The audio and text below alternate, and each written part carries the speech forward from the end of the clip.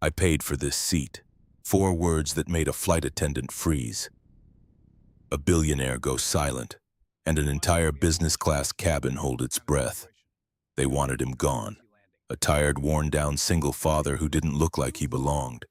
They called security. They threatened him. They made him feel like nothing. But what nobody on that plane knew, not the VIP, not the crew, not the 180 passengers settling into their seats, was that the man they were trying to remove owned the very airline stamped on their boarding passes. And in the next 6 hours, Marcus Washington was about to prove that real power doesn't announce itself. It just shows up when it matters most. Drop your city in the comments so I can see how far this story travels. And if you haven't already, subscribe and hit that bell because you don't want to miss what happens next. Marcus Washington hadn't slept in 34 hours. He stood in the boarding line at Gate B7 in JFK Terminal 5, ticket in one hand, phone in the other. The phone screen showed a text from his lawyer, Rachel Morrison. 4 words that had kept him awake through 2 connecting thoughts and a nightmare he couldn't shake. Don't miss this flight. He wouldn't. He couldn't. Because in 48 hours, a judge in London was going to decide whether Marcus's 9-year-old daughter Zoe would stay with him or be relocated permanently to the United Kingdom with her mother. That was the only reason he was here. Not vacation, not business, not some reward he'd given himself after years of grinding. This was survival, the legal kind, the kind where you either show up or you lose everything. He tucked the phone into his jacket pocket and shuffled forward with the line. The woman at the podium scanned his boarding pass and glanced at him for a half-second too long. He noticed. He always noticed. He was used to it. The look people gave when a man like him showed up in the wrong line. Business class, seat 14C. The gate agent's smile tightened just slightly. Her name tag read Linda Torres. 38 years old, maybe 40. Hair pulled back in a bun so tight it looked painful. Her eyes flicked from the boarding pass to Marcus's face, then back to the pass, then to her computer screen. Mr. Washington? Yes. I need to verify your ticket. Marcus pulled his phone back out and opened the confirmation email. Showed her the screen. Booking reference. Seat assignment. Payment confirmation. Linda Torres stared at it longer than necessary. Long enough that the man behind Marcus in line shifted his weight and sighed audibly. Long enough that Marcus felt the familiar tightness in his chest, the one that came when he knew what was happening but couldn't prove it yet. Is there a problem? Marcus kept his voice level. No, sir. Just making sure everything matches. She typed something, frowned, typed again. Then she looked up at him with that practice smile flight personnel learn in training. The one that's supposed to make you feel like they're doing you a favor. Do you have another form of ID? Passport, maybe? Marcus reached into his jacket and pulled out his passport, handed it over.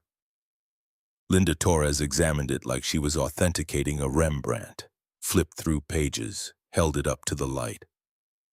Compared the photo to his face with an intensity that suggested she thought he might be an international fugitive traveling under an alias. The man behind Marcus made a louder sound this time, a throat clear that communicated impatience in the universal language of people who fly business class and expect efficiency. Linda Torres finally handed the passport back. Thank you, Mr. Washington. Enjoy your flight. She said it like a question, like she wasn't entirely sure he should be enjoying anything. Marcus nodded and walked down the jetway. He'd earned that seat, not with a corporate card, not with frequent flyer miles accumulated from work trips someone else paid for, not with some last-minute upgrade because the airline overbooked economy and needed to shuffle bodies around. He'd earned it with 14-hour shifts at the electrical plant. With overtime he'd begged his supervisor to let him take. With weekends he gave up so the money could go somewhere that mattered. $5,400. That's what the ticket cost. Round trip, business class JFK to London Heathrow, because the only available economy seats would have gotten him to London 6 hours after the custody hearing started. And missing it meant a default judgment, meant Jennifer's lawyers would stand in front of Judge Eleanor Hargrove and paint Marcus as the absent father who couldn't even bother to show up, meant Zoe would be on a plane to London within a month, enrolled in a British school, living in a house with Jennifer and her new husband James, a radiologist who made more in 3 months than Marcus made in a year. So Marcus paid. He emptied what was left in his savings after Rachel Morrison's retainer, after the private investigator who documented every school pickup and doctor's appointment, after the child psychologist's evaluation that confirmed Zoe was thriving in Marcus's care. He told himself it was worth it. He told himself Zoe was worth everything he had and everything he'd ever have. She was. He found row 14 and slid into the window seat. The leather was cool against his back. The legroom felt almost absurd compared to the economy seats he usually flew. He leaned his head against the window and closed his eyes just for a moment, just to let the exhaustion wash over him without fighting it.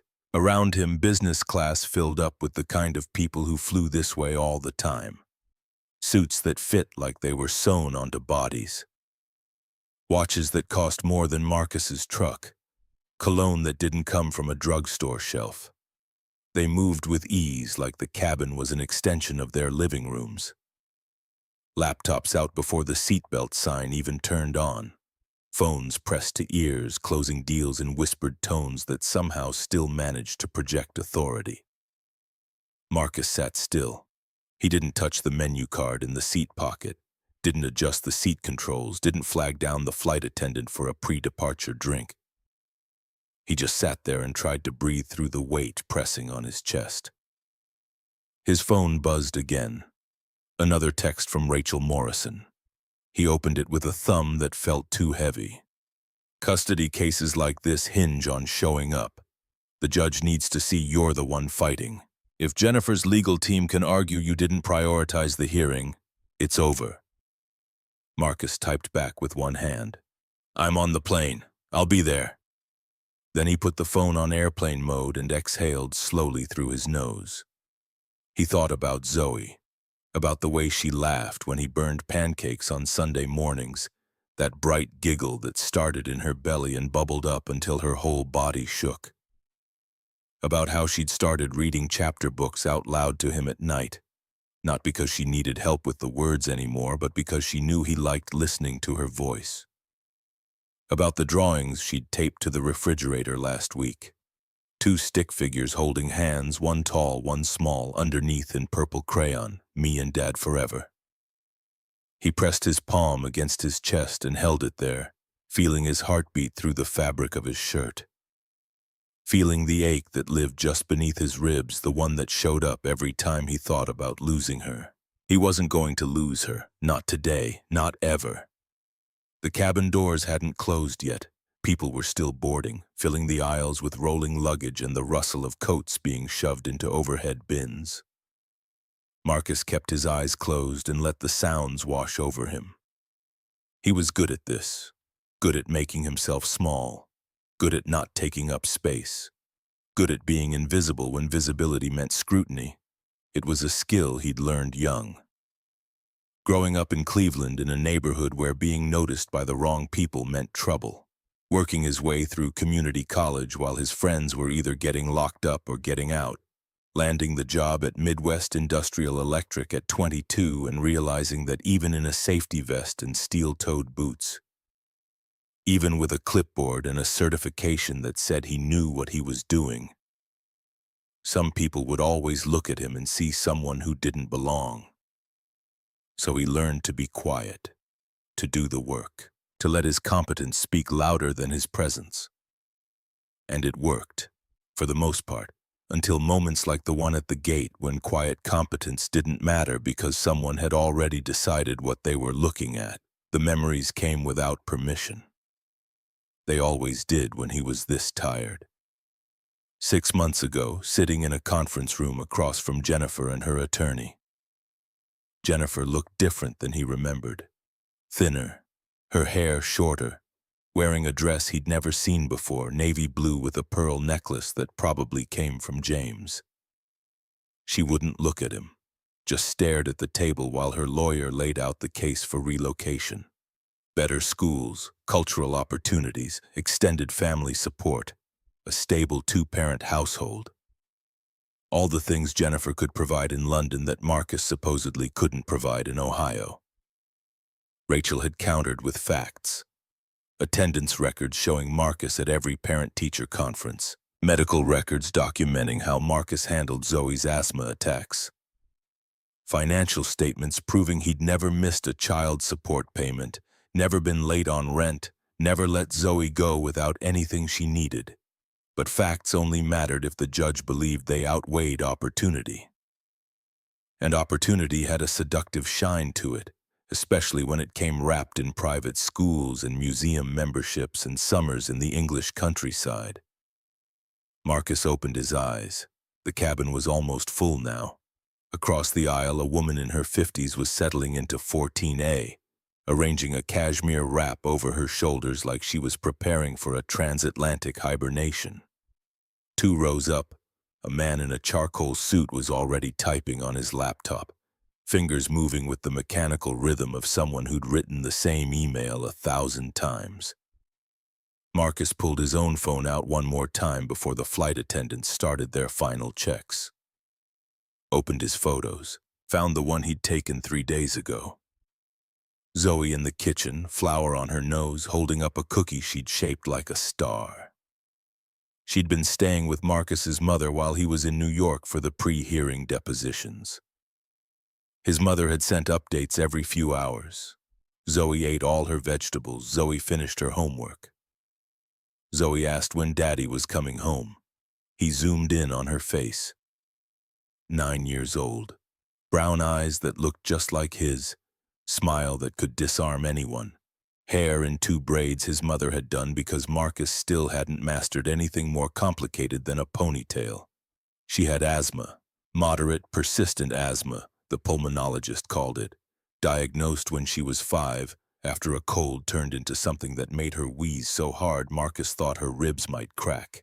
She needed a daily inhaler, a rescue inhaler for emergencies, a nebulizer for bad attacks, and someone who knew the signs, who could tell the difference between normal breathing and the subtle whistle that meant her airways were tightening. Marcus knew those signs. He'd learned them the hard way sitting in an ER at 2 in the morning while Zoe struggled to breathe and Jennifer paced the hallway in tears, unable to do anything but panic. That was when Marcus realized panic didn't help. Action did. Calm did. Knowing exactly what to do and doing it without hesitation. Jennifer never learned that calm. 6 months into the separation, Zoe had an attack while staying overnight with her mother. Jennifer called 911. The paramedics arrived to find Zoe sitting on the couch with her rescue inhaler, breathing normally, wondering why there were sirens. The ER physician's notes said it clearly. Episode managed at home, transport unnecessary. But Jennifer had panicked, and panic when it came to a child's health was a kind of absence, a kind of not being there even when you were standing right next to them. Marcus saved the photo and locked his phone, put it back in his jacket pocket and leaned his head against the window again. Outside, the ground crew was disconnecting the jetway. The sky beyond the terminal was gray, heavy with clouds that looked like they were holding snow they didn't want to release yet. He thought about what Rachel had told him during their last meeting. The judge is going to look at 2 things, stability and presence. Jennifer has the money and the opportunities. You have the track record. You've been there every single day. You've been the constant. That matters, Marcus. That's what wins these cases. He wanted to believe her. He wanted to believe that showing up counted for something in a world that seemed designed to reward people who could pay for shortcuts. But belief required energy he didn't have, so instead he just held on to the facts. He was on the plane. He would land at Heathrow at 6:40 in the morning, local time. He would take the express train into London. He would meet Rachel at her office by 8:30. They would review the documents one more time, and at 10 o'clock, he would walk into that courtroom and look Judge Eleanor Hargrove in the eye and tell her exactly why Zoe belonged with him. Because he was her father, not the one with money, not the one with the bigger house or the impressive job title, just the one who showed up every morning, every night, every time it mattered. The seatbelt sign came on with a soft chime. The captain's voice crackled through the intercom.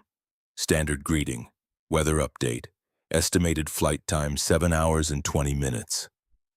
A smooth ride expected over the Atlantic. Marcus let the words wash over him without really hearing them. He was already doing the math in his head for the 100th time. Landed Heathrow at 6:40, express train by 7. Rachel's office by 8:30 if traffic cooperated. Review documents for 90 minutes. Courtroom by 10. It was tight, but it was doable. As long as nothing went wrong, the aircraft began to push back from the gate. Marcus felt the slight lurch, the change in momentum that meant they were moving. He closed his eyes again and tried to let the exhaustion pull him under just for a few minutes, just enough to take the edge off.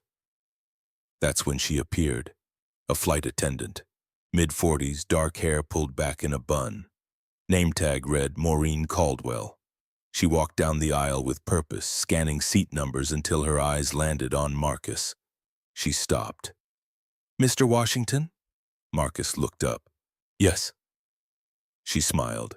It was the kind of smile that had been rehearsed 10,000 times in front of a bathroom mirror. Professional, controlled, empty. "I'm sorry to bother you, sir. We have a small situation. One of our guests has been assigned to this row, and there's been a seating conflict. Would you mind relocating to another seat so we can accommodate him?" Marcus blinked. His brain was moving through mud, trying to process words that didn't make sense in the order they'd been delivered. "Relocating where?" "We have availability in economy. It would just be for this flight. We'd be happy to offer you complimentary miles for the inconvenience." The exhaustion evaporated, just burned off like fog in direct sunlight, leaving behind a clarity that was almost painful. Marcus sat up straighter and looked at Maureen Caldwell with full attention. "You want me to give up my business class seat and move to economy?" "It's just a request, sir. We're trying to resolve a boarding issue as quickly as—" "I paid $5,000 for this seat." She paused. The smile flickered, like a light bulb with a loose connection. "I understand, sir, and we truly appreciate your flexibility, but this particular guest is a priority passenger, and priority how?" She hesitated, just for a second, but it was enough. Enough for Marcus to see the calculation happening behind her eyes. Enough to understand that this wasn't about seating conflicts or boarding issues. This was about something else entirely. "He's a valued member of our executive loyalty program, and so he didn't book a seat in business class. But you want to give him mine?" Maureen Caldwell's jaw tightened. The smile was gone now, replaced by something harder, something that looked like impatience wrapped in professional courtesy.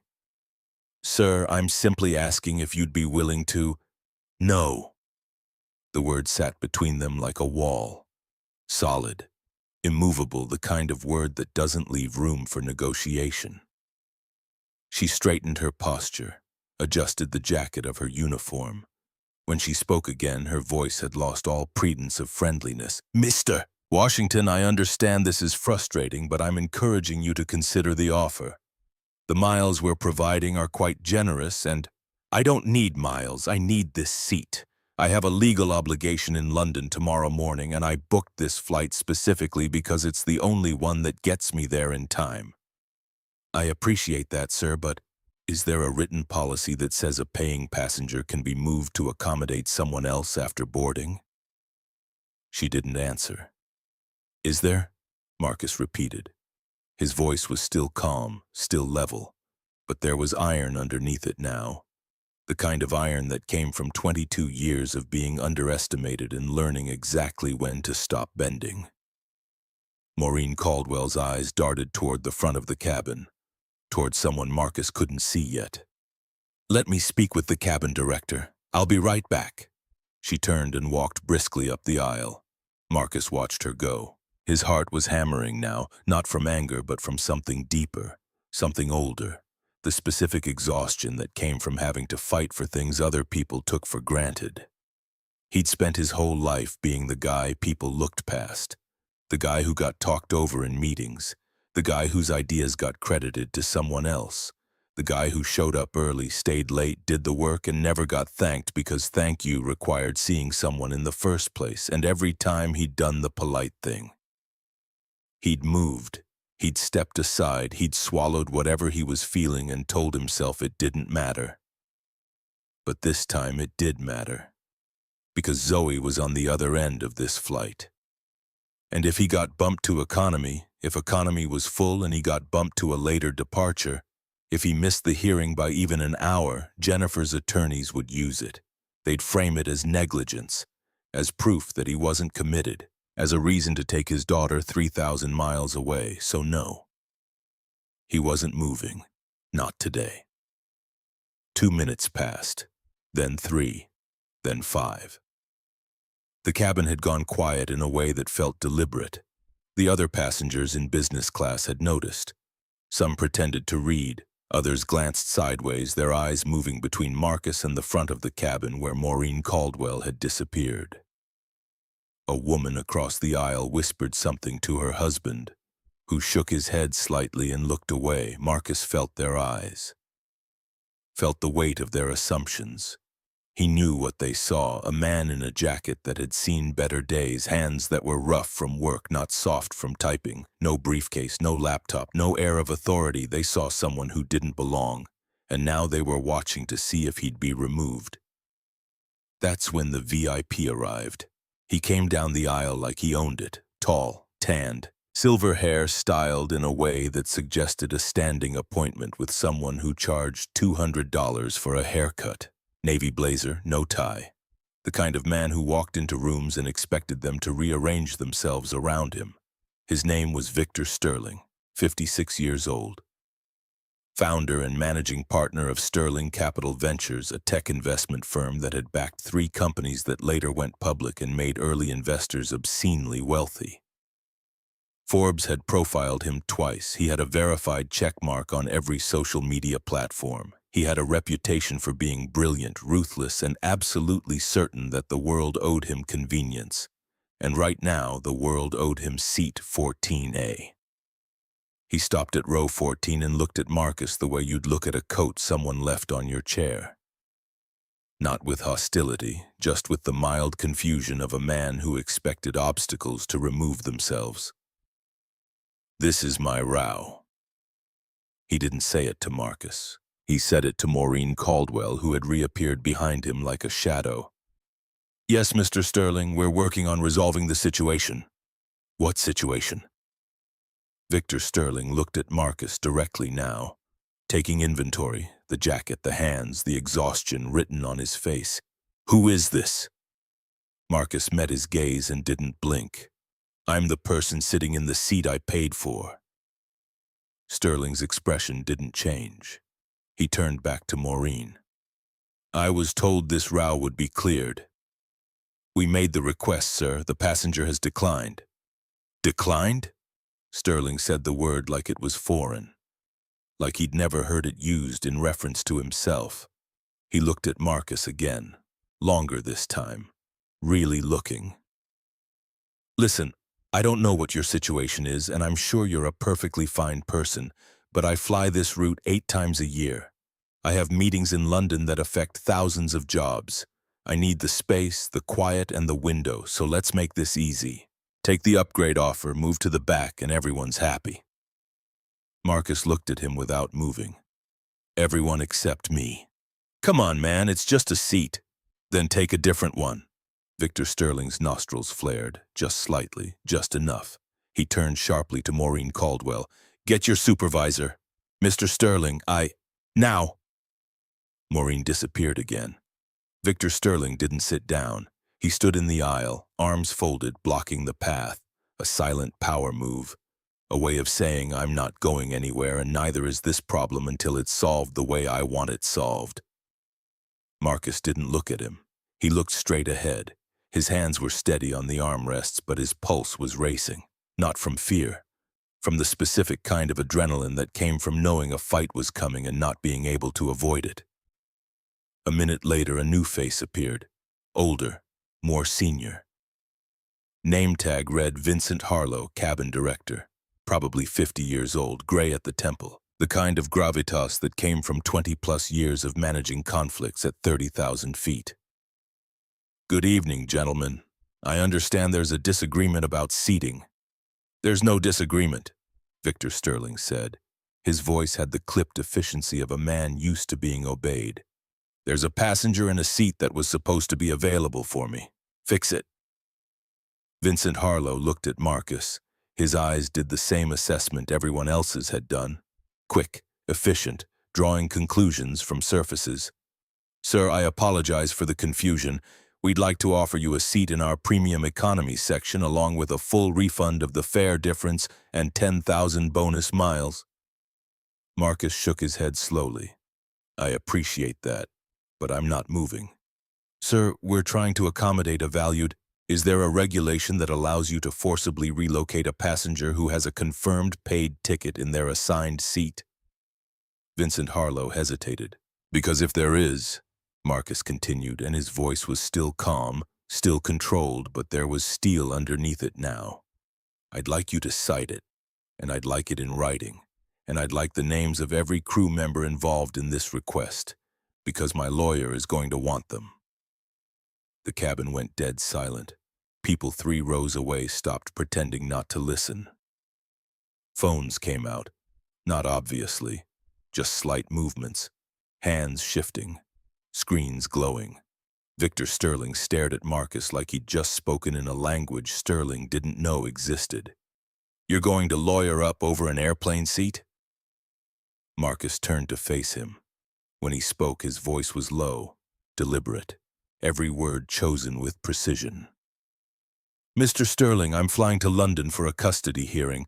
My daughter is 9 years old. If I miss that hearing, I could lose her. I worked 14-hour days for 4 months to pay for this ticket.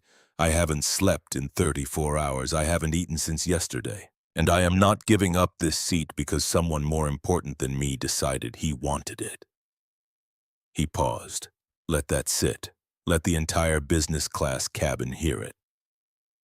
So, with all due respect, sir, find somewhere else to sit. The silence that followed was the loudest thing on the plane. Victor Sterling's face cycled through 3 emotions in rapid succession. Surprise, offense, and then something cold, something that looked like calculation. He leaned down, close enough that Marcus could smell bourbon on his breath. You're making a mistake. I know people at this airline, senior people. You're going to wish you'd taken the deal. Marcus didn't flinch. Maybe, but I'll still have my seat. Sterling straightened up, looked at Vincent Harlow. I want this man removed. Harlow swallowed. The color had drained from his face. He was a man standing between 2 oncoming trains, trying to calculate which one would hurt less. Mr. Sterling, under current regulations, we cannot remove a passenger who has a valid... Then call the captain. Vincent Harlow looked like he wanted to be anywhere else in the world. He nodded slowly, turned, walked toward the cockpit at the front of the cabin. Victor Sterling remained standing in the aisle, jaw clenched, radiating the specific kind of fury that comes from a man who has never been told no and has absolutely no idea what to do with it. Around them, 180 passengers sat in charged silence. Some watched openly now, others typed furiously on their phones before the crew could enforce airplane mode. The woman across the aisle had her hand over her mouth. The man in the charcoal suit 2 rows up had stopped typing and turned halfway around in his seat. Marcus sat still, hands on his knees, eyes forward. He thought about Zoe, about the drawing on the refrigerator, about 2 stick figures holding hands. And he waited. 3 minutes later, Vincent Harlow returned from the cockpit. His face said everything. He walked directly to Victor Sterling and spoke in a low voice that Marcus could still hear. "Sir, the captain has reviewed the situation. Mr. Washington has a confirmed booking. We cannot compel him to move. I apologize for the inconvenience, but I'll need to seat you in 16D. It's also business class. Aisle seat." Victor Sterling stared at him. "You're joking."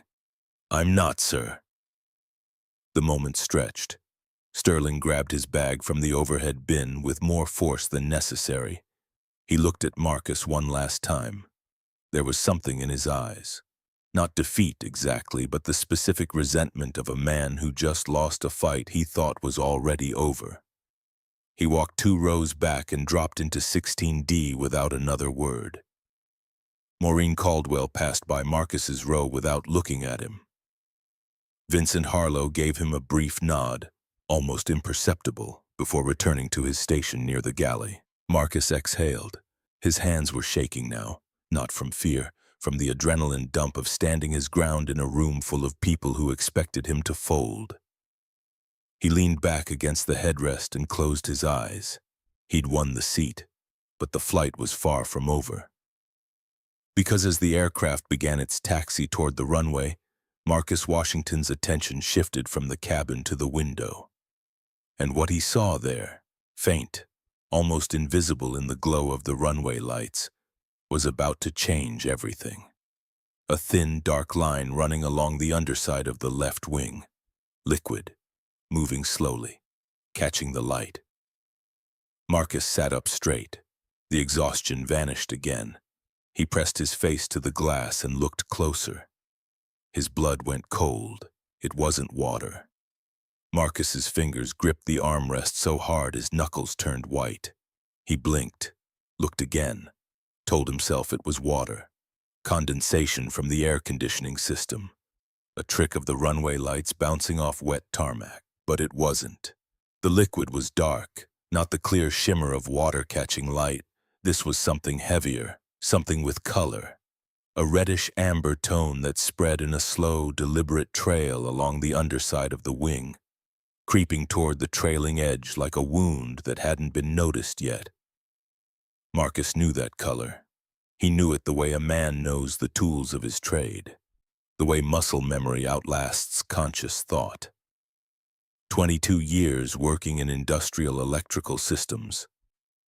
14 of those years spent inside manufacturing plants, where hydraulic presses, actuator lines, and pressurized systems were as common as coffee machines. He'd seen hydraulic fluid leak 100 times. He'd seen what happened when people ignored it. Once, at the plant in Dayton, a press operator had reported a slow drip in a hydraulic line. The shift supervisor told him to flag it for the morning crew. By morning, the line had ruptured under pressure. The press arm dropped without warning. 2 men were hospitalized. 1 lost 3 fingers. Marcus never forgot that. Never forgot the color of the fluid pooling on the concrete floor. Reddish amber. Skydrol LD4. The same fluid used in commercial aircraft hydraulic systems because it was fire-resistant and could handle extreme temperatures. Just like this. He pressed the call button above his seat. Nothing happened. He pressed it again, held it. 15 seconds passed. 20. The cabin crew was busy with final preparations. Overhead bins being closed, seatbelt checks underway. The aircraft was still taxiing, picking up speed as it approached the runway queue. Marcus unbuckled his seatbelt and stood up. Immediately, Maureen Caldwell appeared from the forward galley. Her expression shifted from professional calm to sharp disapproval in the span of a heartbeat. "Sir, the seatbelt sign is on. I need you to take your seat." "I need to speak to the captain." She stopped mid-stride. "Excuse me?" "There's fluid leaking from the left wing. I can see it from my window. It's not water. I need to speak to the captain right now." Maureen's eyes narrowed. She glanced toward the window, then back at Marcus. Her face carried the unmistakable expression of someone who had already categorized him. The difficult passenger from the seating dispute, the man who wouldn't move, the man who threatened lawyers.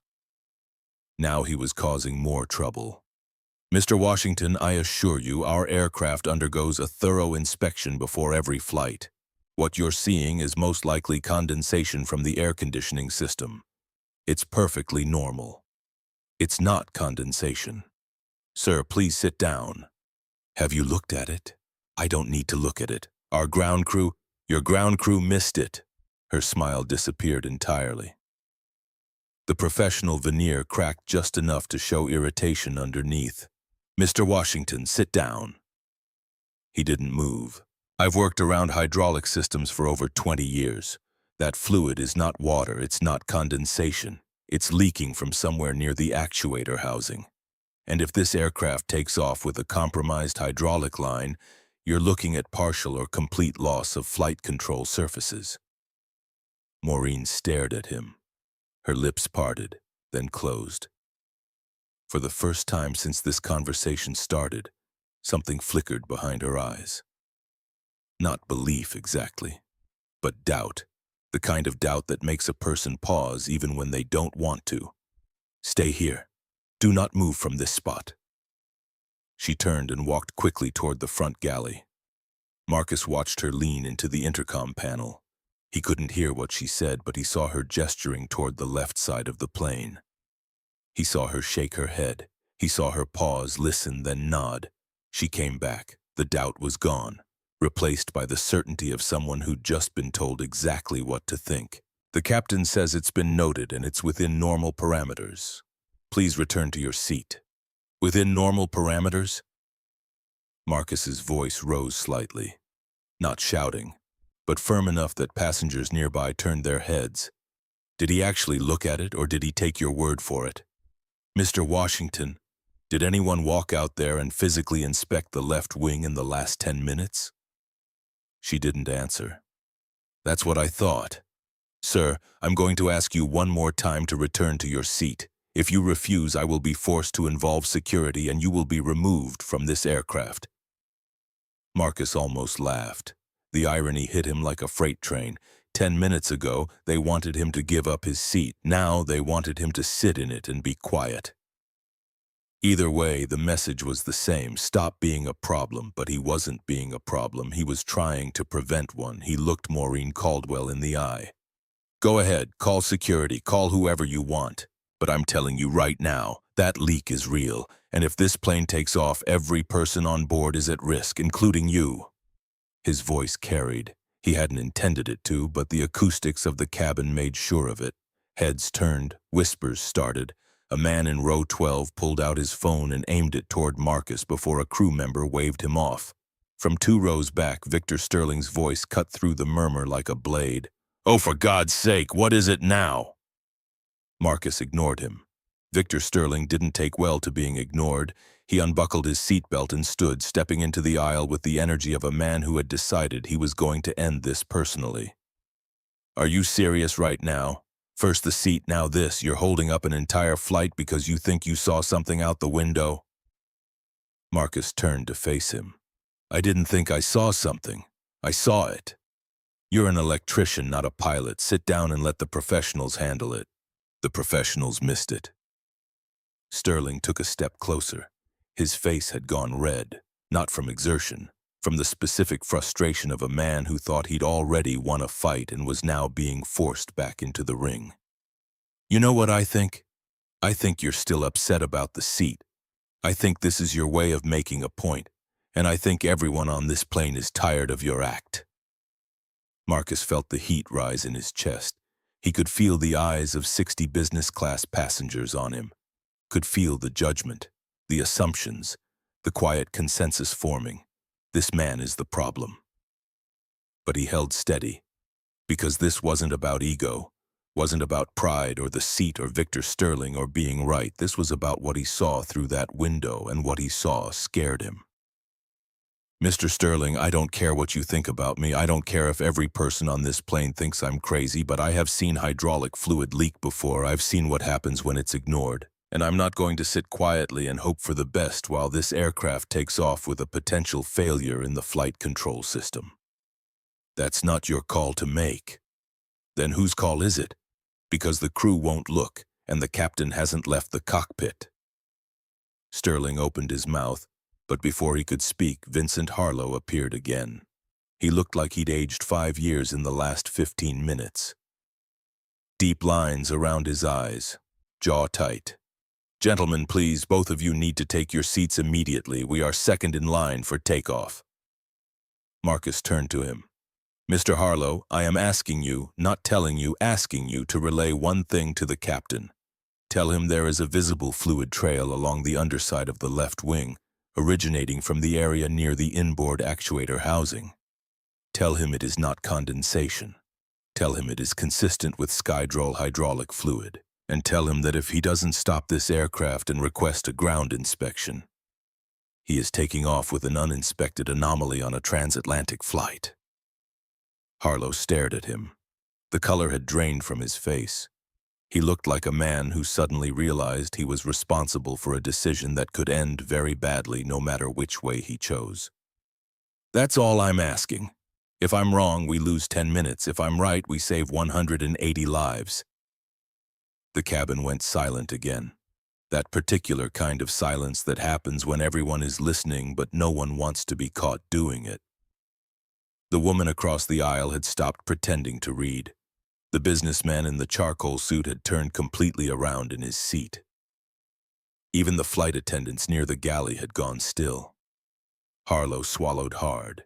His eyes moved to the window. He took 1 step, 2 steps, leaned across the empty seat beside Marcus to look out. He didn't say anything for a long time, just stared. Marcus could see his reflection in the glass, could see the exact moment comprehension hit. Then Harlow straightened up. His face had changed. The professional composure was still there, but underneath it was something raw, something that looked a lot like fear. "Stay here. Everyone stay in your seats." He moved fast, not walking, almost running toward the cockpit. He knocked twice, hard, and the door opened from inside. He disappeared through it. The cabin erupted in whispers. What did he see? Is something wrong with the plane? What's happening? Victor Sterling stood in the aisle, arms crossed, but his posture had shifted. The arrogance was still there, but it was thinner now. Underneath it, Marcus could see uncertainty. The kind of uncertainty that comes when a man starts to wonder if he might be on the wrong side of something important. Maureen Caldwell moved through the cabin with her palms up, voice steady but strained. "Ladies and gentlemen, please remain calm. There's a brief delay while the flight crew conducts a routine check. We'll be underway shortly." But it wasn't routine. Marcus could tell from the way she said it. The emphasis too heavy, the smile too tight. She was performing and she knew it. 30 seconds later, the aircraft stopped moving. The engines didn't shut down. The lights didn't change. But the plane stopped, right there on the taxiway, second in line for departure, with the runway lights stretching out ahead like a promise that had just been put on hold. Vincent Harlow came back out of the cockpit. He walked straight to Marcus. His hands were shaking slightly, just enough to be visible. "The captain is requesting a ground inspection. We're returning to the gate." Marcus exhaled, a long, slow breath that felt like it came from somewhere deeper than his lungs, from somewhere in his chest that had been wound tight for the last 15 minutes. "Thank you."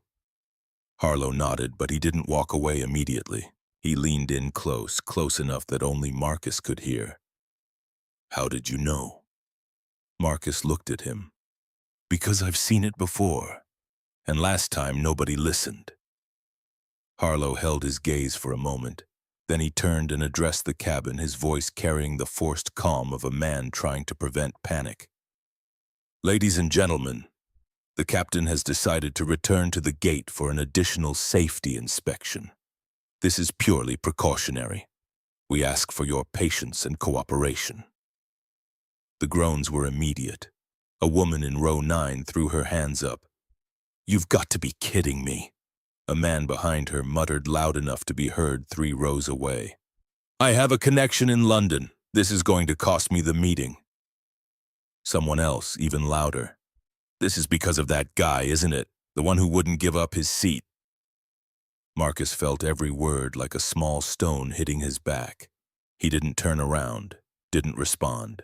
He sat in 14C, hands on his knees, and watched through the window as the aircraft slowly reversed course and began the long taxi back to the gate.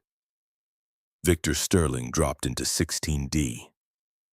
He pulled out his phone the moment the aircraft stopped on the taxiway and jabbed at it furiously, even though they were still supposed to be in airplane mode. He didn't say anything to Marcus, didn't even look at him, but his silence was louder than anything he'd said all night. Maureen Caldwell walked past without acknowledging him. Vincent Harlow did the same. The other attendants avoided his row entirely. It was as if Marcus had become invisible, not in the way he was used to, where people looked past him because they didn't think he mattered, but in a new way, where people avoided him because they didn't know what to think. The aircraft reached the gate. The jetway connected with a dull thunk. Captain Alan Williams came on the intercom, his voice measured and careful. "Ladies and gentlemen, this is Captain Williams. We've returned to the gate to allow our ground maintenance team to inspect a concern flagged by the flight crew.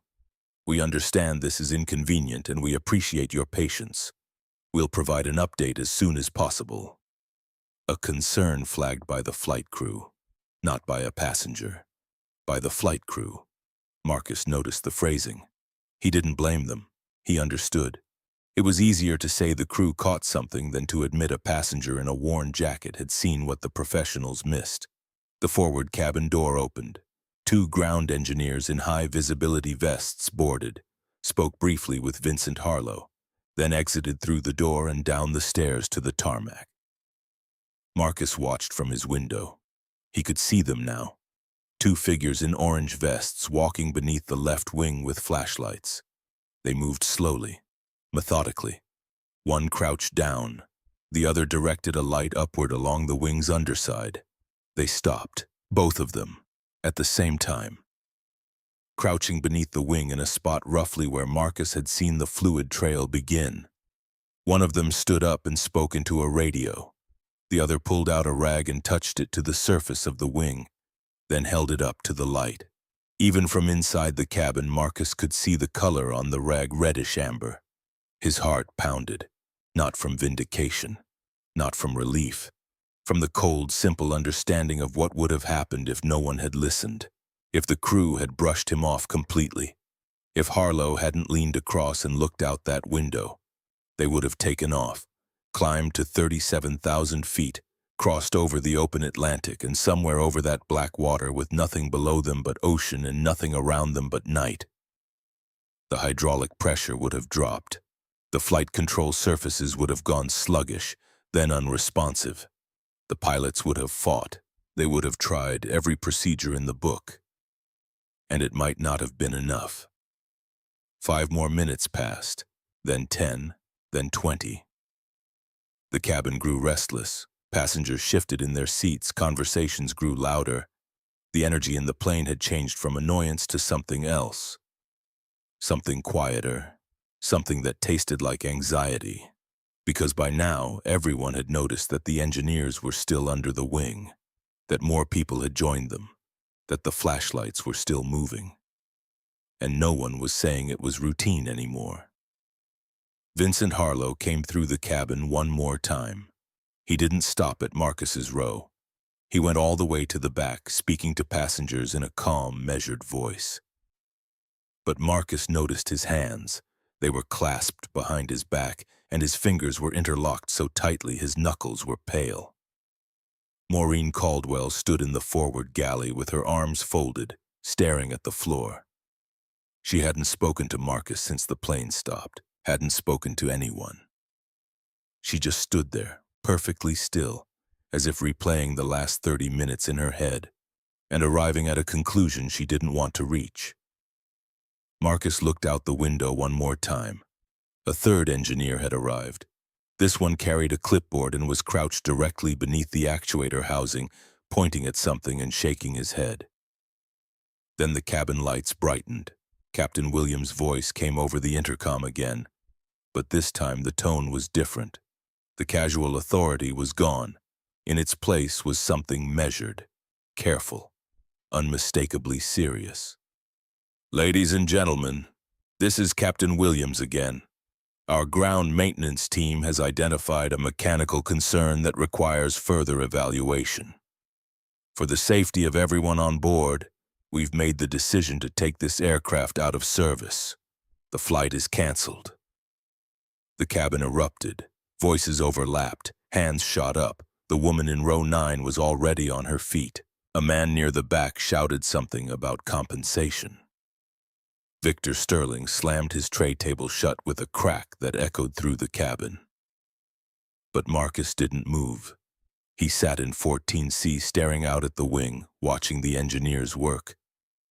And for the first time in 34 hours, his hands stopped shaking. The announcement hit the cabin like a shockwave, and then everything moved at once. Passengers surged out of their seats. Overhead bins popped open, bags came down, voices climbed over each other in a rising wall of frustration, confusion, and fear. A woman 3 rows ahead clutched her phone to her chest and started crying quietly. A businessman across the aisle was already dialing, already talking, already explaining to someone on the other end that no, he wasn't going to make the morning session, that the flight was canceled, that he didn't know when he'd get out. The crew tried to maintain order. Maureen Caldwell stood at the front with both palms raised, repeating the same phrase over and over like a mantra that had stopped working. "Please remain calm. Please remain in your seats. Rebooking information will be provided at the gate." Nobody was listening. Marcus sat still. His mind wasn't on the chaos around him. It was on the math, the cold, practical, unforgiving math of what this cancellation meant for his custody hearing. The flight was supposed to land at Heathrow at 6:40 in the morning. The hearing was at 10. Even with the cancellation, if the airline could get him on another flight within the next 2 or 3 hours, he might still make it. Tight, but possible.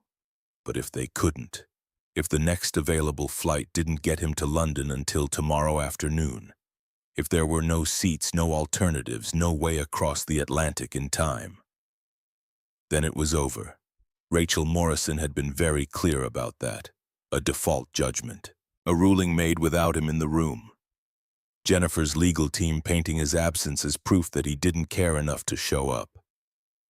He pulled out his phone and turned it on. 3 missed calls from Rachel. 1 voicemail. He didn't listen to it. He already knew what it would say. He typed a text instead. "Flight canceled. Mechanical issue. Trying to rebook. I'll keep you posted." Her response came back in 8 seconds. "Daniel, you have to be in that courtroom. Call me the second you know your new flight." He stared at the screen. Then he put the phone in his pocket and stood up. The aisle was clogged with passengers pulling bags, arguing with crew members, trying to push toward the exit. Marcus didn't push. He waited. He let the crowd thin, and then he walked forward against the flow toward the cockpit. Vincent Harlow was standing just outside the cockpit door, speaking in a low voice to another crew member. He saw Marcus approaching and held up a hand. "Mr. Washington, I know you have questions. Everyone does. But right now, I need to get to London, tonight. Is there another flight?" Harlow's expression softened, just barely, just enough to show that somewhere underneath the uniform and the protocol there was a human being who understood what was at stake. "The rebooking desk at the gate will have options. That's the fastest way to—" "Mr. Harlow, you know what happened here tonight. You know what I did. I'm not asking for special treatment. I'm asking you, one person to another, to help me find a way to get on a plane to London before morning." Harlow looked at him for a long moment. Then he reached into his pocket, pulled out a card, and wrote something on the back. "Go to the rebooking counter, ask for a supervisor named Janet Reese. Give her this. Tell her I sent you." Marcus took the card. "Thank you." Harlow's voice caught him as he turned. "Mr. Washington, what you did tonight, I want you to know. I'm sorry we didn't listen sooner." Marcus nodded once. Then he walked off the plane. The gate area was already a disaster. 190 passengers, all of them displaced, all of them angry, all of them competing for a limited number of seats on a limited number of flights. The rebooking counter had a line that stretched halfway down the terminal. Families sat on the floor with sleeping children draped across their laps. Business travelers paced back and forth, phones pressed to their ears, voices sharp with urgency. Marcus walked past the line, found the supervisor desk off to the side, behind a partition. A woman with short gray hair and reading glasses was typing rapidly on a computer. Her name tag read Janet Reese. "Excuse me, Vincent Harlow asked me to speak with you." He held out the card. She took it, read the back, and looked up at him over her glasses. "You're the passenger who flagged the hydraulic issue." "Yes, ma'am." She studied him for a moment. Then she turned back to her screen and started typing. Her fingers moved fast, decisive. "The next direct flight to Heathrow departs at 11:50 tonight. It's full, completely full. Economy, premium, business, all of it." She kept typing. "There's a connecting flight through Amsterdam that departs at 12:15, gets you into Heathrow at 9:40 local time." Marcus did the math. 9:40, the hearing was at 10. Heathrow to central London was at least 45 minutes on the express. That left him negative minutes. It was impossible. "Is there anything earlier?" "Let me check the partner airlines." She typed for another 30 seconds. Her face was unreadable. Then she stopped, looked at the screen, looked at Marcus. "There's a flight on a partner carrier departing at 10:30 tonight. Arrives Heathrow at 6:10 in the morning. But it's economy only and there's one seat left. I'll take it. The fare difference from your original business class ticket would result in a refund. But the rebooking fee, I don't care about the fee. I don't care about the refund. Just put me on that plane." Janet Reese looked at him again. Something in her expression shifted. It was the look of someone who had spent 20 years behind an airline counter and had learned to tell the difference between a passenger who was angry about inconvenience and a passenger who was fighting for something that actually mattered. "Give me 2 minutes." She picked up a phone, spoke quietly, typed some more, spoke again, then hung up. She printed a boarding pass and slid it across the counter. "Gate C-22. Boarding starts in 40 minutes. You'll need to move quickly." Marcus took the boarding pass. His hand was trembling. Not from fear or exhaustion this time. From relief so sharp it almost hurt. Thank you so much." "Go." And then, just as he turned, she added, "Mr. Washington, my daughter went through a custody battle 3 years ago. Her ex tried to take her kids to another state. She fought like hell, and she won." Janet paused. Her eyes were clear, direct. "You fight like hell too?" He couldn't speak. He nodded, pressed his lips together, and walked away fast before the emotion cracked through. He moved through the terminal at a half-jog, weaving between travelers and luggage carts and slow-moving families. Gate C-22 was on the other side of the airport. He had 40 minutes. He could make it. His phone buzzed. "Rachel. Got a flight, landing at 6:10. I'll be at your office by 8. Thank God, I'll have everything ready. Daniel, listen to me. Get some sleep on that plane. You need to be sharp tomorrow." "I will." He wouldn't. He knew that, but he said it anyway. He was halfway to gate C-22, cutting through the food court, when a voice stopped him. "Mr. Washington." He turned. Victor Sterling was standing near a coffee kiosk, leather bag slung over one shoulder, phone in hand. He looked different than he had on the plane. The blazer was rumpled, the silver hair slightly out of place. The confidence that had radiated off him like heat was muted now, replaced by something Marcus couldn't quite identify. Marcus stopped walking. Every instinct told him to keep moving. He didn't have time for this. He didn't owe this man anything. But something in Sterling's face made him pause. "I heard what they found. The hydraulic line." Marcus said nothing. "They said it was a significant leak. Said if the plane had taken off, there was a real chance of a control failure over the Atlantic. That's what I was trying to tell you. Sterling's jaw tightened. He looked away, then back. I know. Silence stretched between them.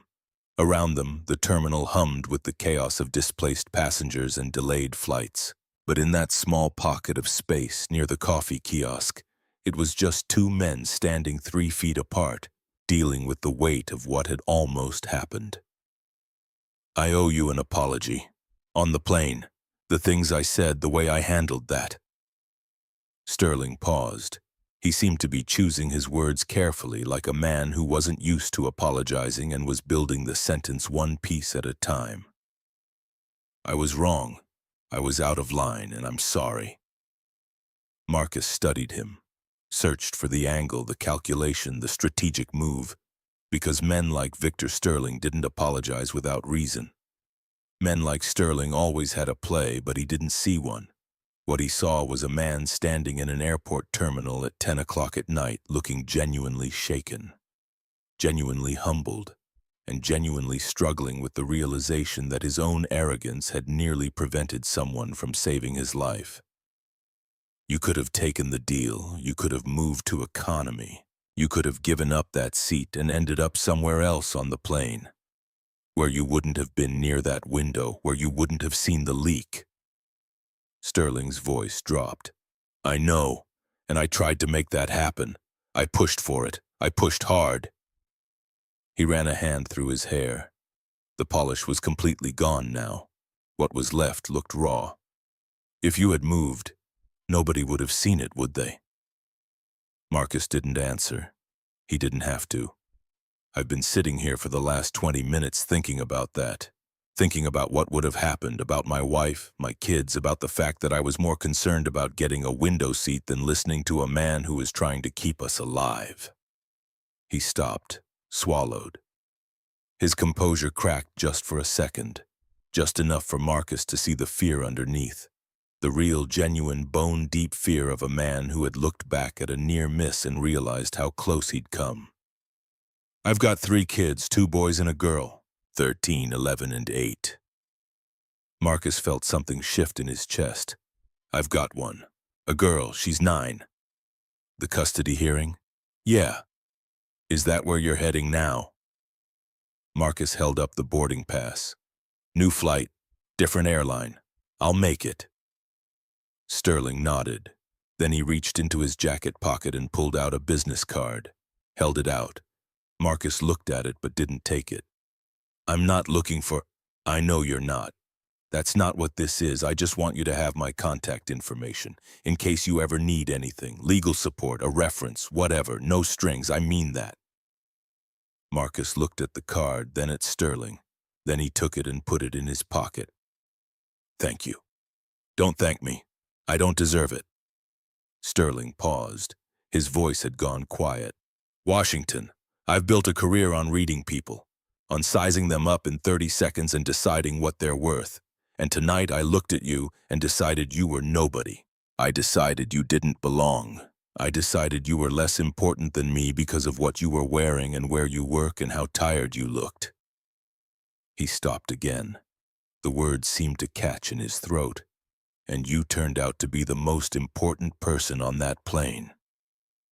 Marcus felt the words land somewhere deep.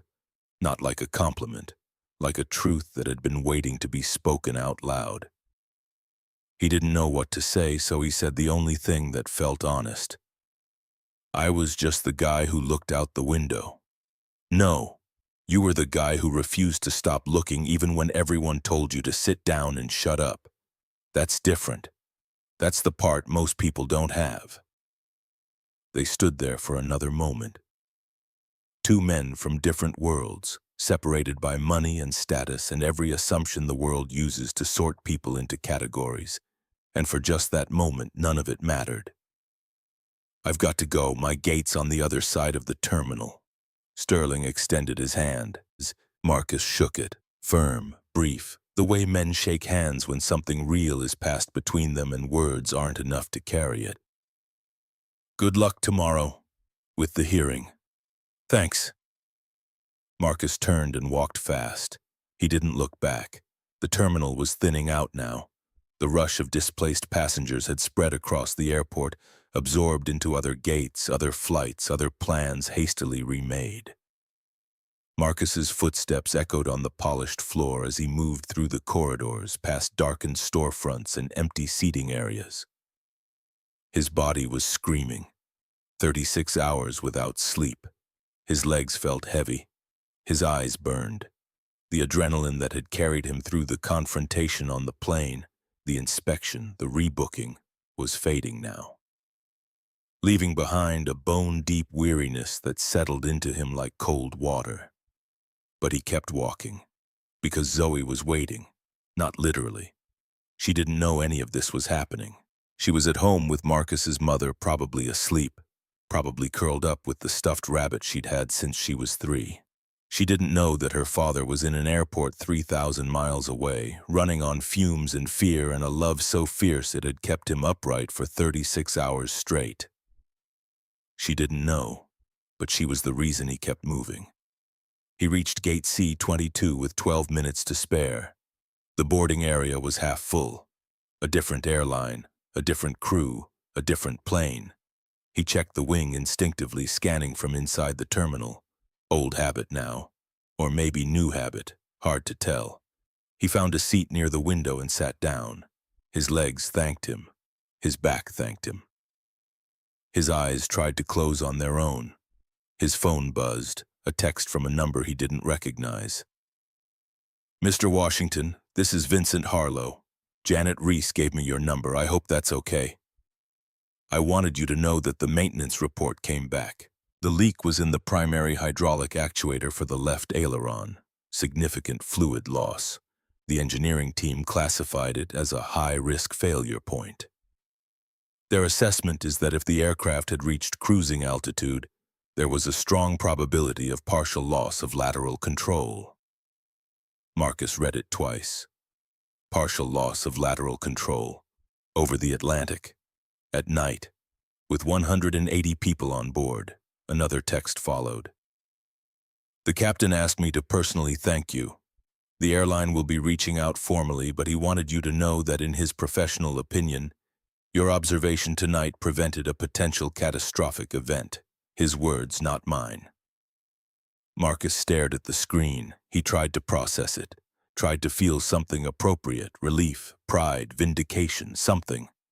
But all he felt was tired and grateful and overwhelmed by the randomness of it all. The fact that he'd bought a business-class ticket because it was the only flight that got him to London in time. The fact that they tried to move him. The fact that he'd refused. The fact that his seat happened to be next to a window that looked directly at the section of wing where the leak was visible. The fact that he happened to know what hydraulic fluid looked like because of 22 years in industrial plants. A chain of small decisions and stubborn refusals that had, by pure chance or something more, put the right eyes in the right place at the right time.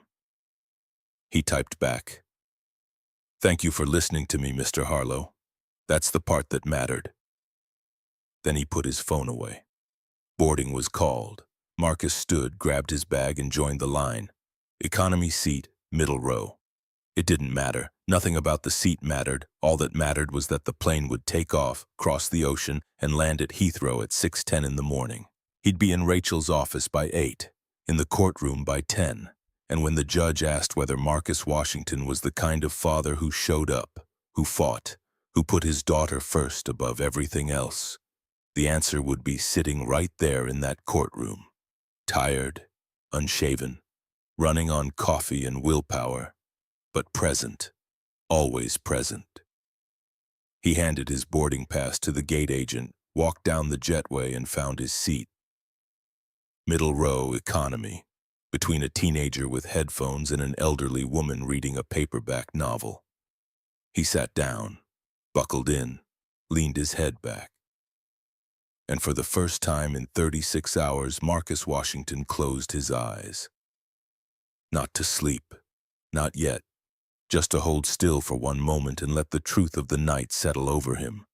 The seat they tried to take, the leak no one else saw, the plane that never should have left the ground. The apology from a man who'd never given one before. And somewhere 3,000 miles ahead of him, a courtroom where a judge would decide the rest of his life. His breathing slowed, his shoulders dropped. The engine spooled up outside and the aircraft began to move. Marcus kept his eyes closed and let the motion carry him forward. The plane touched down at Heathrow at 6:14 in the morning, 4 minutes behind schedule. Marcus felt the wheels hit the tarmac and his eyes snapped open like a switch had been thrown. He hadn't slept. Not really. He drifted in and out of something that wasn't quite sleep and wasn't quite consciousness. A gray half-state where his mind kept replaying the same images on a loop. The fluid under the wing, Sterling's face, Maureen Caldwell's tight smile, Harlow leaning across the empty seat to look out the window, and Zoe, always Zoe. Her face woven through every other thought like a thread holding the rest together. He was moving before the seatbelt sign went off. The elderly woman beside him looked up from her paperback and gave him a small, knowing smile. The kind older women give to younger men who look like they're carrying something heavy.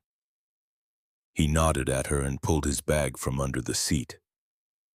The moment the cabin doors opened, he was in the jetway, walking fast, then faster, then running. He cleared customs in 22 minutes. A small miracle. The officer looked at his passport, looked at his face, and waved him through without a single question. Maybe he looked too exhausted to be suspicious. Maybe he looked like exactly what he was.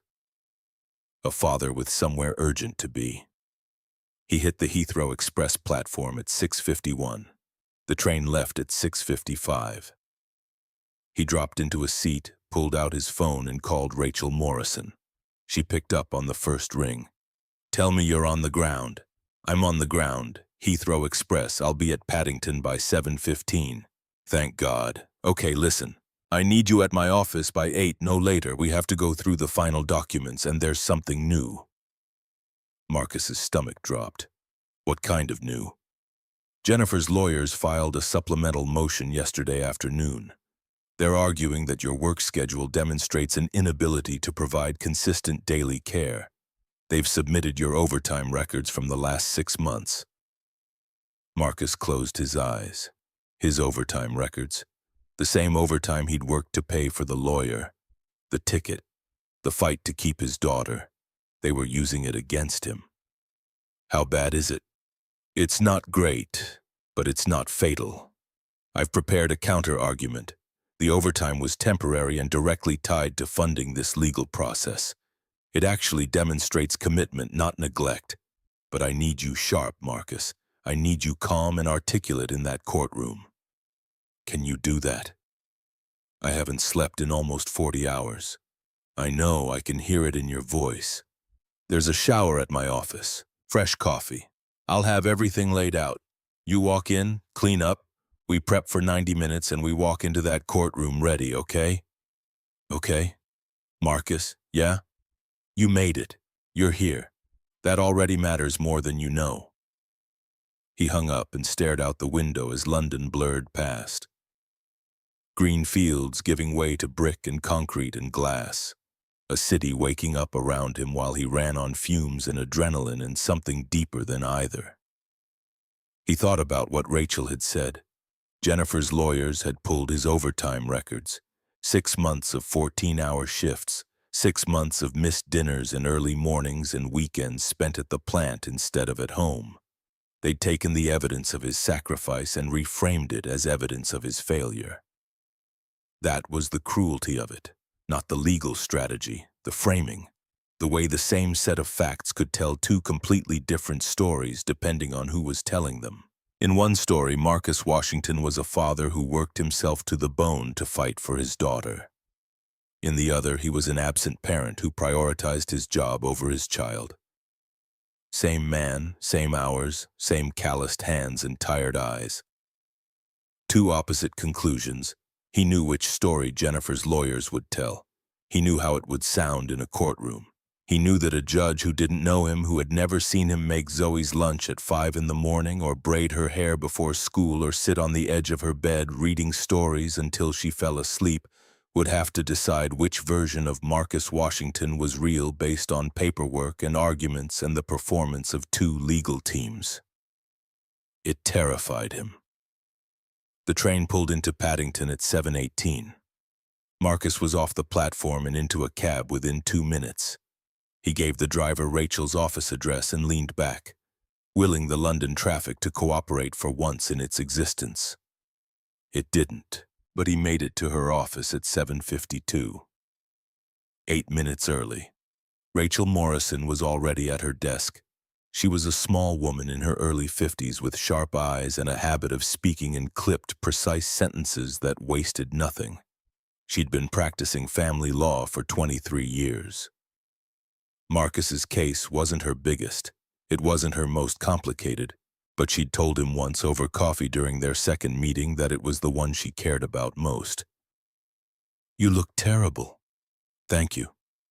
"Shower's down the hall. There's a clean shirt in the closet. I guessed your size. If it doesn't fit, we'll make it work." He showered in 4 minutes. The hot water hit his skin and something inside him loosened just slightly. Not the tension. The tension was permanent now, baked into his muscles and his jaw and the space between his shoulders. But the fog in his head cleared a little. Enough to think. Enough to focus. The shirt fit close enough. He came back into Rachel's office looking less like a man who'd been awake for 40 hours and more like a man who'd been awake for 20. It was an improvement. Rachel pushed a cup of coffee across the desk and opened a folder. "Okay, here's where we stand. Jennifer's team is going to argue 3 things. 1, your work schedule is incompatible with primary custody. 2, her relocation to the UK provides Zoe with better educational opportunities and family support. 3, your financial situation is unstable.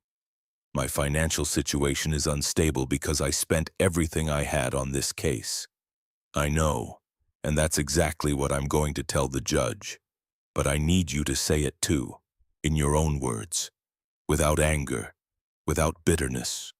The judge needs to hear from you directly why you're here and what you've sacrificed to be here."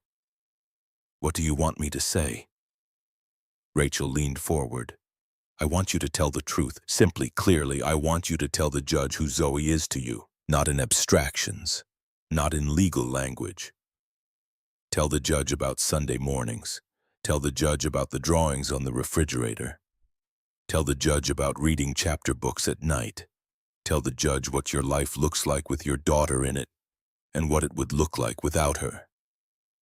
Marcus's throat tightened. "I'm not good at that, talking about my feelings in front of strangers."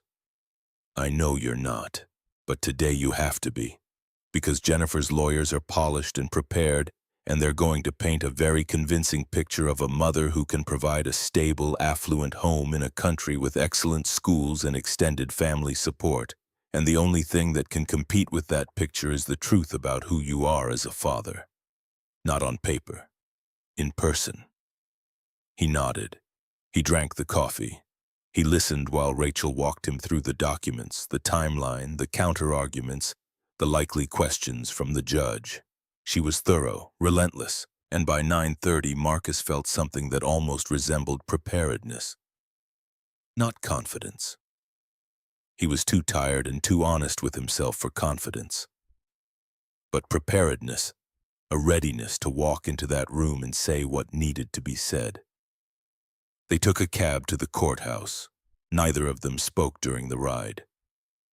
Rachel reviewed notes on her phone. Marcus watched London pass by outside the window and thought about the last time he'd seen Zoe. 3 days ago, a Tuesday. He'd dropped her at school, same as always. She'd unbuckled her seatbelt, grabbed her backpack, and then stopped with her hand on the door handle. "Dad, are you going somewhere?" He'd hesitated. He didn't want to lie to her, but he didn't want to scare her either. She knew about the custody situation. Kids always know more than adults think. But he tried to shield her from the worst of it. "I have to take a trip for a couple days. Grandma's going to stay with you." Is it about me? His heart had cracked right there in the school drop-off lane, with other cars honking behind him. It's about making sure we stay together, baby, that's all. She'd looked at him with those eyes, those huge, serious 9-year-old eyes that saw everything. You'll come back? Always. She'd nodded, climbed out of the truck, walked into school without looking back. Not because she didn't care, because she trusted him, because she believed him when he said always. And now he was here, 3,000 miles and 40 hours later, sitting in a cab in London, about to walk into a courtroom and fight for the right to keep that promise. They arrived at the courthouse at 9:45. Rachel led him through security through a maze of corridors into a waiting area outside courtroom 4. Jennifer was already there. She sat on a bench across the hall with her lawyer, a tall man in an impeccable gray suit named Jeffrey Hale. Jennifer looked different than Marcus remembered. Her hair was shorter. She was thinner.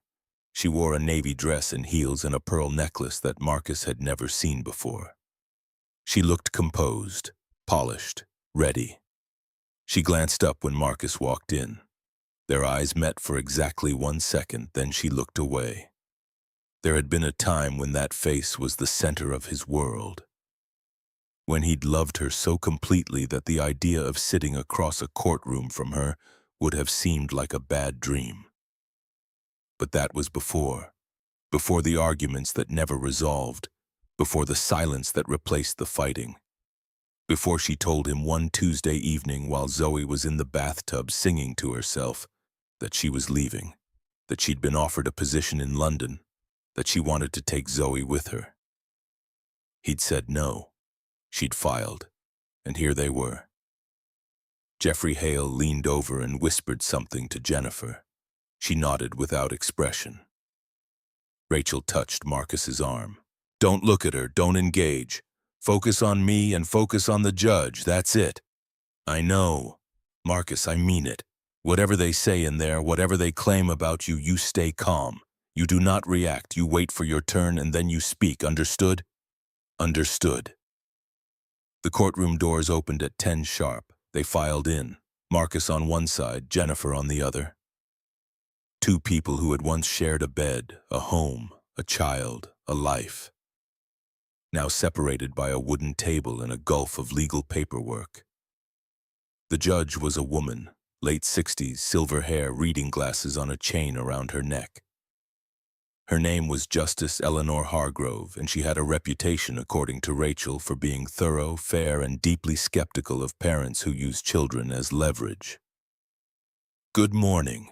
This is the matter of Reed versus Washington regarding the custody and residential arrangements for the minor child, Zoe Ann Washington, age 9. I've reviewed the submissions from both parties. We'll begin with the petitioner. Jeffrey Hale stood. He was good.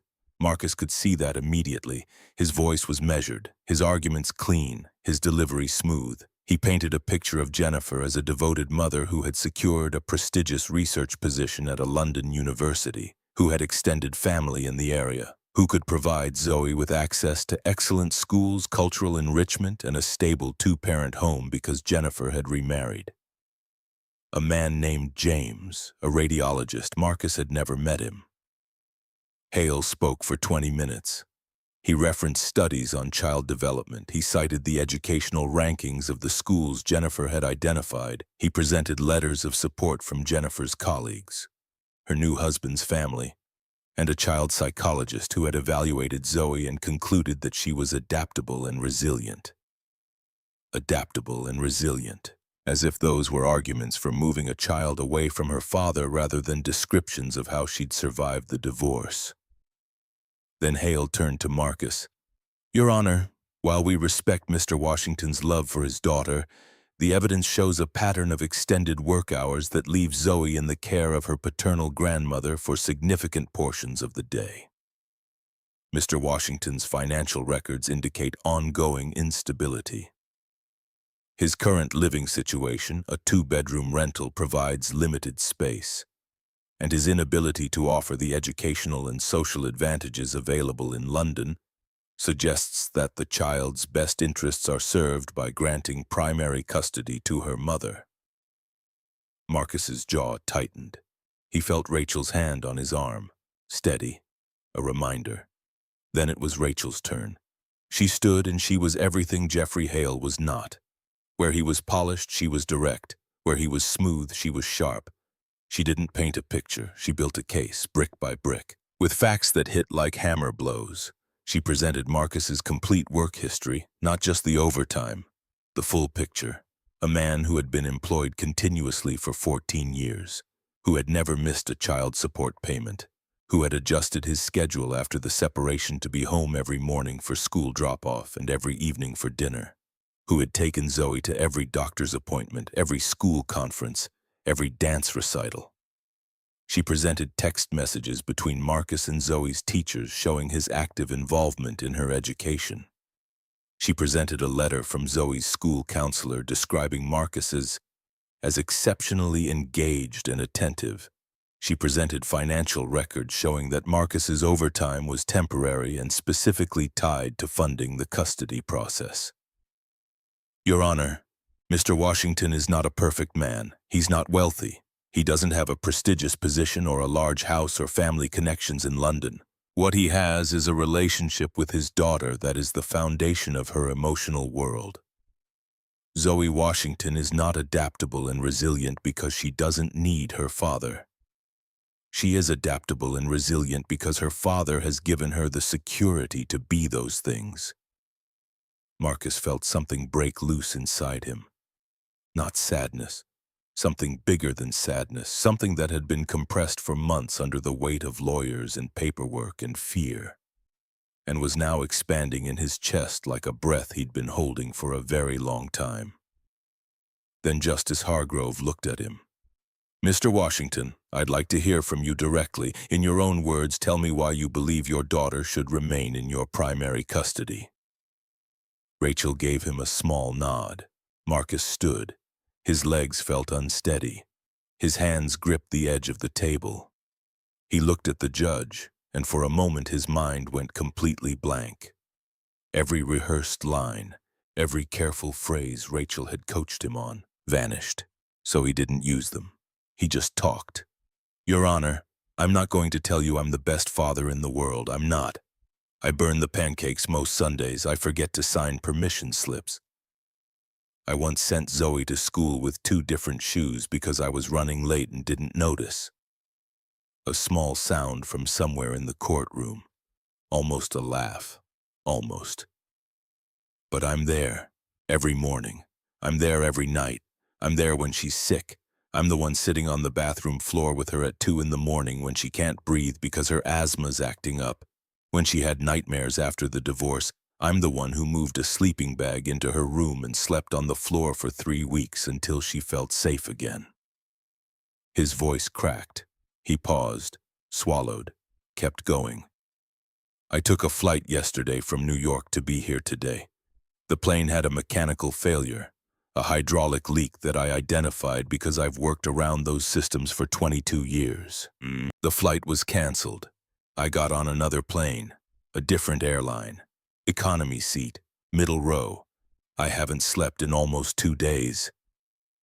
I haven't eaten a proper meal since Tuesday. And I would do all of it again, 10 times over, without hesitation, because my daughter needs to know that her father will always show up, no matter what. He looked at Jennifer.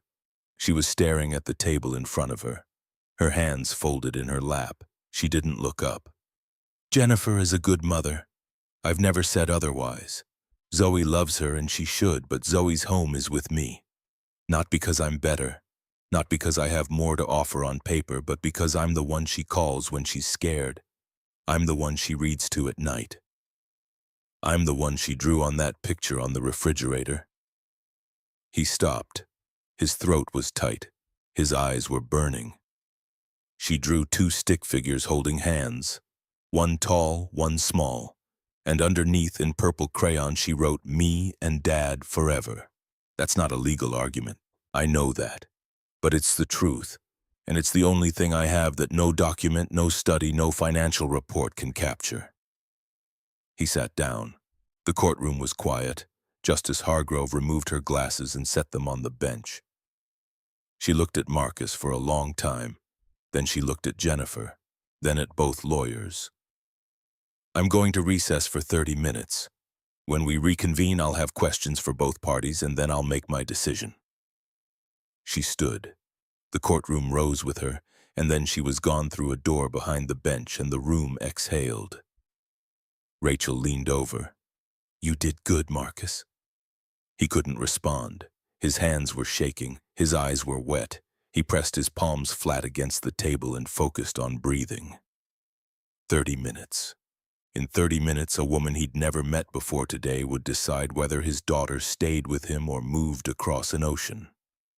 He closed his eyes and saw Zoe's face the way she'd looked at him in the truck 3 days ago. Those serious eyes, that quiet trust. "You'll come back, always." He opened his eyes and waited. The 30 minutes felt like 30 hours. Marcus sat at the table with his hands flat on the wood, staring at a knot in the grain directly in front of him. Rachel sat beside him, reviewing notes, jotting things in the margin of her legal pad, occasionally touching his arm to remind him she was there. Across the aisle, Jennifer sat with Jeffrey Hale. They were whispering. Marcus didn't try to hear what they were saying. He didn't want to know. His phone buzzed in his pocket. He pulled it out, a text from his mother. "Zoe asked about you this morning. I told her you were taking care of something important. She said to tell you she made you a new drawing. She wouldn't show me what it is. Said it's a surprise for when you get home." Marcus read it 3 times. Then he put the phone away and pressed his hand against his chest over his heart, the way he'd done on the plane, a reflex now, a way of holding himself together when the seams were threatening to come apart. The bailiff appeared at the door. "Court is reconvening. All parties, please take your seats." Marcus stood. His legs felt hollow. Rachel gathered her papers, straightened her jacket, and gave him one look. Not reassuring, not optimistic, just steady. The look of a woman who had done this hundreds of times, and who understood that the next 20 minutes would either be the best or worst of Marcus Washington's life, and that there was nothing more she could do about it. They sat. Justice Hargrove entered from the door behind the bench. The courtroom rose, then settled as she took her seat. She placed a single sheet of paper in front of her, put her glasses on, and looked out at both tables. "Before I issue my ruling, I have a few questions. Mr. Hale, you've presented Miss Reed's relocation as offering superior educational and social opportunities for the child. Can you speak to the transition plan? Specifically, how would Zoe's relationship with her father be maintained if primary custody is transferred to her mother in London?" Jeffrey Hale stood. "Your Honor, Ms. Reed is fully committed to facilitating a strong relationship between Zoe and her father. We're proposing regular video calls, holiday visitation periods, and extended summer stays in the United States. Mr. Washington would have full access during those periods." Holiday visitation and summer stays. Justice Hargrove repeated the words without inflection, but something in the way she said them made the room feel colder. "So the proposal is that a 9-year-old girl who currently sees her father every day would transition to seeing him during school breaks and over a video screen. With respect, Your Honor, the quality of the time is more important than— I'm aware of the arguments around quality versus quantity, Mr. Hale. Thank you." She turned to Marcus's side. "Ms. Morrison, Mr. Washington testified that he works extended hours. If custody remains with him, what is the daily care arrangement for Zoe during his working hours?" Rachel stood. "Zoe is in school from 8 to 3. Mr. Washington's mother, Margaret Washington, provides after-school care until Marcus returns from work, typically by 5:30. On the occasions when overtime is required, Margaret stays later. Zoe has been in this arrangement for the past 2 years and has thrived in it. Her school reports, which are included in our submission, show strong academic performance and positive social development." "And the overtime, is that ongoing?" No, Your Honor, the overtime was specific to funding this legal process. Mr. Washington's supervisor has confirmed in writing that his standard schedule is 8 to 5, Monday through Friday, and that flexible arrangements are available when needed. Justice Hargrove nodded slowly. She made a note. Then she looked at Jennifer. Ms. Reed, I'd like to hear from you. Jennifer stood. She was composed. Her hands were still. Her voice was clear. But Marcus could see something in the way she held her shoulders. A tightness, a guardedness that told him she was more nervous than she appeared. Your Honor, I love my daughter. Everything I've done, the move, the new position, the life I've built here, it's all been with her best interests in mind.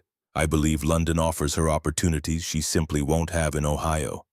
Better schools, cultural exposure, a broader worldview, and my husband James is a wonderful man who cares for Zoe deeply. How long has Zoe known your husband? They've met several times over the past year, video calls, holiday visits when Zoe came to stay with me. So they've met several times over a year. Justice Hargrove paused. Ms. Reed, I want to ask you something directly. In your petition, you describe Mr. Washington as a loving but limited father. Can you explain what you mean by limited? Jennifer hesitated. For the first time, her composure flickered. I meant that Marcus's resources are limited, his ability to provide certain opportunities. I understand the financial argument. I've read it thoroughly. I'm asking about something else. In your view, is Marcus Washington a good father? The courtroom went very quiet. Jennifer looked at the table, then at her lawyer, then for the first time since the proceedings began, at Marcus. Their eyes met, and in that moment something passed between them that had nothing to do with lawyers or legal strategy or courtroom theater. It was older than all of that. It was the residue of a marriage that had failed but had produced one thing of infinite value, and they both knew it. Yes, Marcus is a good father. Her voice was quiet but clear. Then help me understand why you believe it serves Zoe's best interest to reduce her daily contact with a father you acknowledge is good in favor of opportunities that, while valuable, can be supplemented in other ways. Jeffrey Hale started to stand. Your Honor, if I may— You may not, Mr. Hale. I'm speaking to Miss Reed. Jennifer's mouth opened, then closed. She looked down at her hands. When she spoke again, her voice was smaller. I want what's best for her. That's all I've ever wanted. I believe you. I believe both of you want what's best for your daughter. That's what makes this case difficult. This isn't a case of neglect or abuse or parental unfitness. This is a case of two people who love the same child and disagree about where she should grow up. Justice Hargrove paused and removed her glasses. I've been doing this for a long time. And in my experience, the most important factor in a child's well-being is not the size of the house or the ranking of the school or the number of extracurricular activities available within a 10-mile radius. The most important factor is the consistency and presence of the people who love them. Marcus stopped breathing. Mr. Washington flew across an ocean to be in this courtroom. His plane was grounded due to a mechanical failure that he identified, potentially saving 180 lives. He found another flight on another airline in economy class, and he arrived this morning with less than 3 hours of sleep because he understood that being here was not optional. That showing up was not optional. She looked at Marcus. That tells me something that no financial statement or school ranking can tell me. It tells me that this is a father who will not quit, who will not be absent, who will do whatever it takes, however hard it is, however exhausted he is, to be there for his child. Marcus's vision blurred. He blinked rapidly and gripped the edge of the table. It is the ruling of this court that primary custody of Zoe Ann Washington shall remain with her father, Marcus Washington, in the state of Ohio. The words hit him like a wave, not a crash. A wave. The kind that lifts you off your feet and holds you suspended for a moment before setting you gently back down. Rachel exhaled beside him. a sharp, controlled breath that she'd been holding for longer than she would ever admit. Ms. Reed will retain generous visitation rights, including school holidays, alternating major holidays, and an extended period during summer break. The court encourages both parties to work cooperatively to ensure Zoe maintains a strong relationship with her mother. The specifics of the visitation schedule will be finalized within 30 days. Justice Hargrove put her glasses back on and looked at both tables. I want to say one more thing, and I'm saying it to both of you. This child did not choose any of this. She didn't choose the divorce. She didn't choose the relocation. She didn't choose to be the subject of a legal proceeding. What she deserves from both of you is the assurance that she is loved fully and unconditionally by two parents who are capable of putting her needs above their own. I trust that you will both honor that. She gathered her papers. Court is adjourned. The room stood as Justice Hargrove exited, and then it was over. Marcus didn't move. He sat at the table, both hands gripping the wood, his shoulders shaking. Not sobbing, not breaking down, just trembling. The kind of trembling that happens when a body that has been running on fear and adrenaline for 2 straight days finally receives the news it was terrified it would never hear. Rachel put her hand on his back. "You did it, Marcus."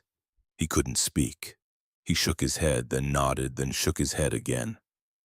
And somewhere between the two gestures, a single tear rolled down his cheek and landed on the table. "I need to call my mom." "Go, I'll handle the paperwork." He stood, pushed through the courtroom doors, walked into the hallway. His hands were shaking so badly he could barely hold the phone. He leaned against the wall and dialed. His mother answered on the second ring. "Marcus?" "Mom." One word, that was all he could manage, but she heard everything in it.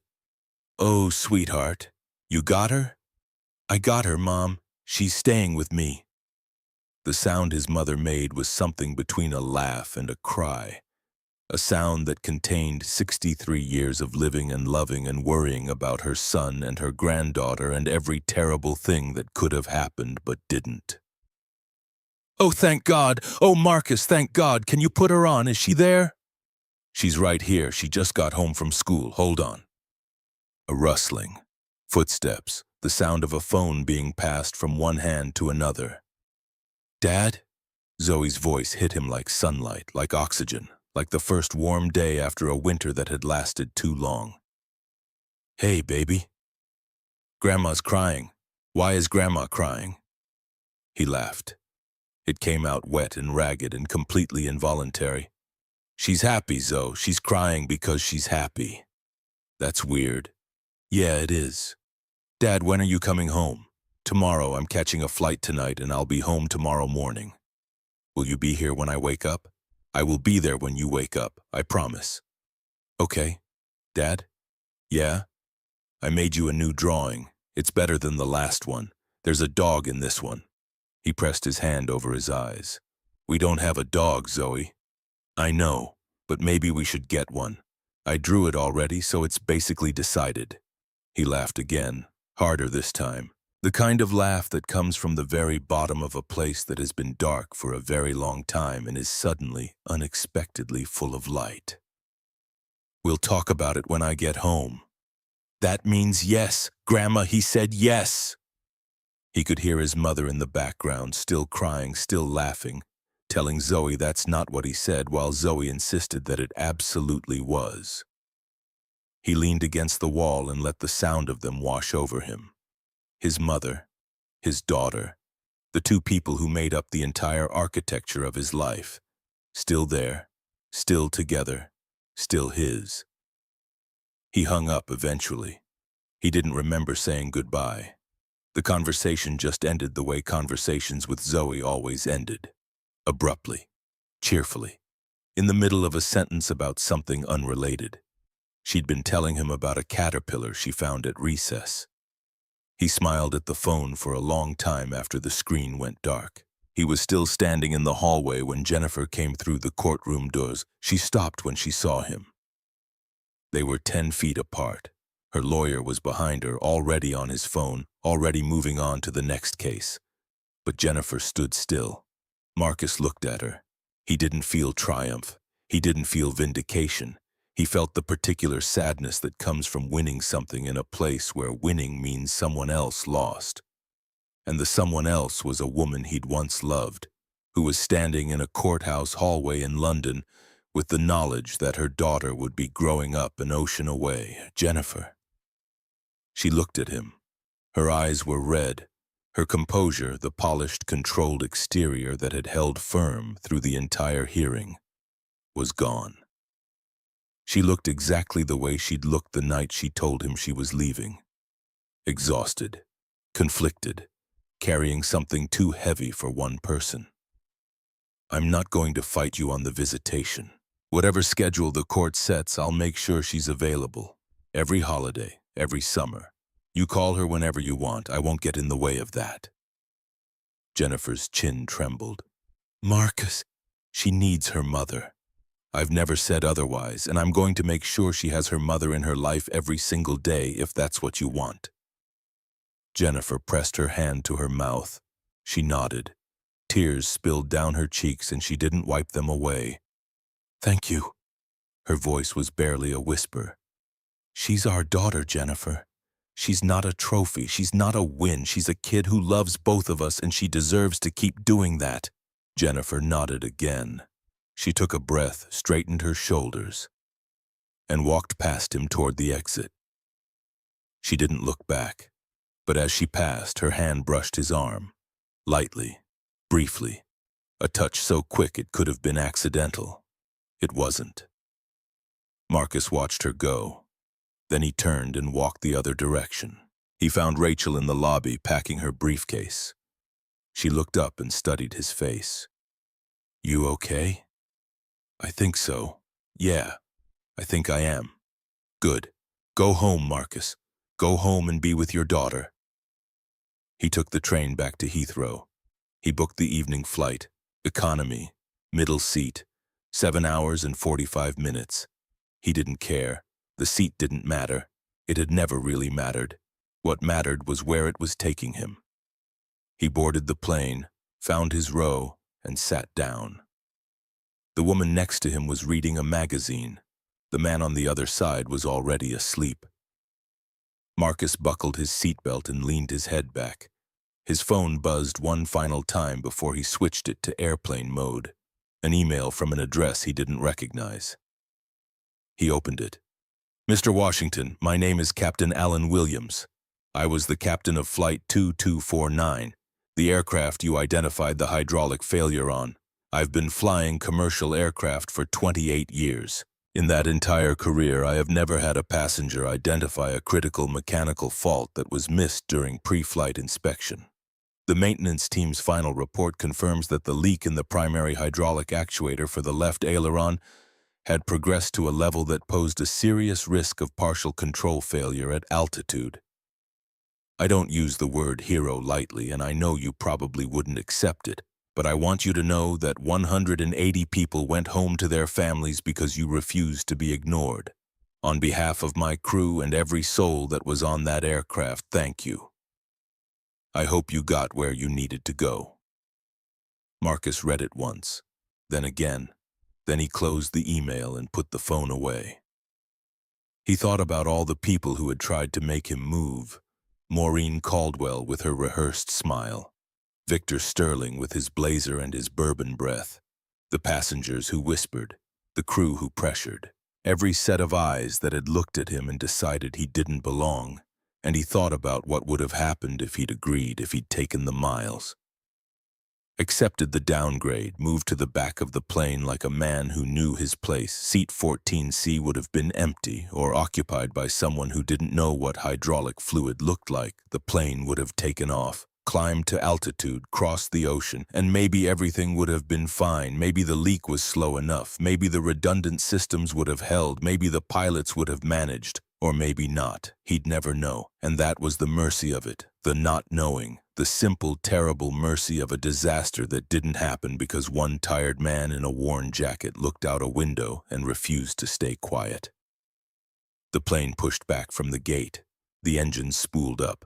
The captain came on the intercom with the standard greeting, the weather update, the estimated flight time. Marcus closed his eyes. He was going home, to a 2-bedroom rental that needed a new water heater, to a job that started at 6 in the morning, to a refrigerator with a stick figure drawing taped to the door, to Sunday pancakes that he'd probably burn again, to a 9-year-old girl with huge, serious eyes who was expecting him to walk through the door tomorrow morning, and to a new drawing with a dog in it. He smiled. For the first time in 3 days, he smiled.